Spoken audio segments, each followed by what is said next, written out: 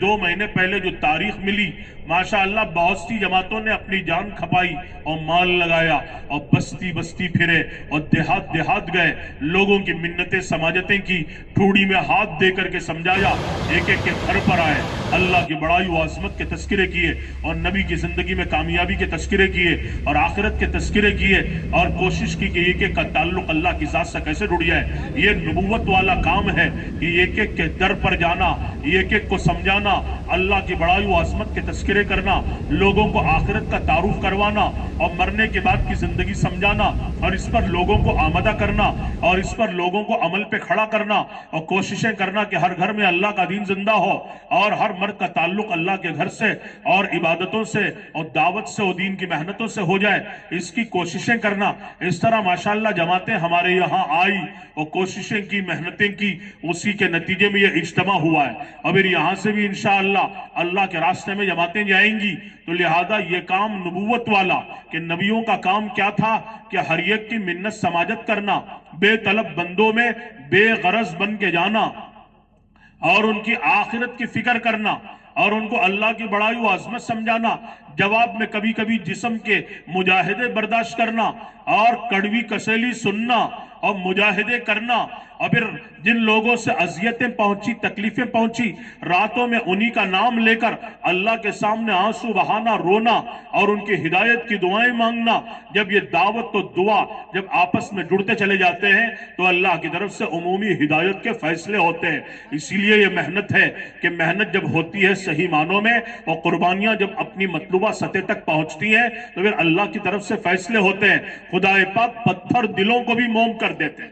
کیسے کیسے پتھر دل موم ہو گئے۔ بہت سارے لوگوں نے قسمیں کھائی تھی، ہندا نے، ابو سفیان نے، مکے کے بڑے بڑے بے ایمانوں نے کہ ہم سمندروں میں چھلانگ لے کے جنگ دے دیں گے، پہاڑوں سے گر کے مر جائیں گے اور کچھ بھی کر لیں گے، لیکن اس محمد صلی اللہ علیہ وسلم پہ ایمان نہیں لائیں گے اور اس کے رب پہ ایمان نہیں لائیں گے۔ جنہوں نے قسمیں کھائی تھی، اللہ رب العزت نے دین کی وجہ سے، دین کی محنتوں کی وجہ سے اور راتوں میں رونے دھونے کی وجہ سے، آنسو بہانے کی وجہ سے پتھر دلوں کو بھی خدا نے موم کر دیا۔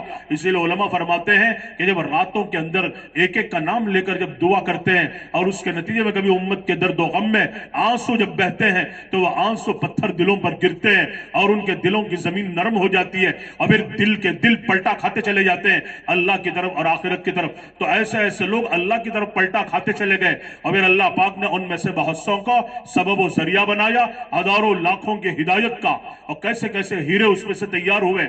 اسی لیے یہ محنت ہے کہ اس محنت کے ذریعے سے یہی چاہا جا رہا ہے کہ پوری دنیا میں امن و امان کی فضائیں قائم ہو جائے اور زندگیوں کے اندر ایمان آ جائے۔ ایمان کے بغیر امن دنیا میں آ نہیں سکتا۔ حضرت زماد رضی اللہ عنہ سے اللہ کے نبی صلی اللہ علیہ وسلم نے فرمایا تھا کہ اے زماد، جب ایمان دلوں میں آتا ہے تو دنیا کی راہوں میں امن آتا ہے۔ ایمان کے بغیر دنیا میں امن آ نہیں سکتا کہ ایمان جب دلوں میں آئے گا تو دنیا کی راہوں میں امن نہ آئے گا۔ جیسے حضرت عمر بن عبدالعزیز رحمت اللہ علیہ کے زمانے میں ایک ہی گھاٹ سے بھیڑیا اور بکریاں پانی پیتے تھے اور شیر اور گائے پانی پیتے تھے، کوئی کسی پہ حملہ آور نہیں ہوتے تھے۔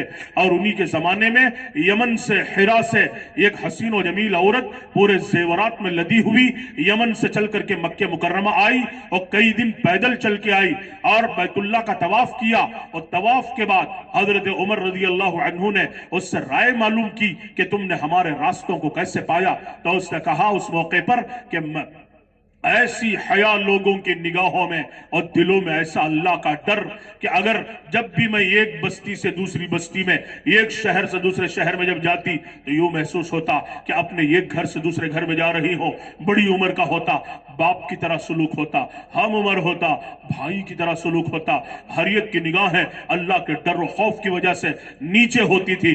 کوئی میری عزت پر ہاتھ ڈالنا تو بہت دور کی بات ہے، کوئی میری طرف بری نظر سے نظریں اٹھا کر بھی اس پورے سفر میں مجھے نہیں دیکھا، سارے راستے امن و سلامتی سے بھرے پڑے ہیں۔ تو یہ ایمان ہے کہ جب دلوں میں آتا ہے تو دنیا کی راہوں میں امن آتا ہے، تاجروں میں امانت داری و سچائی آتی ہے، ملازموں میں اللہ کا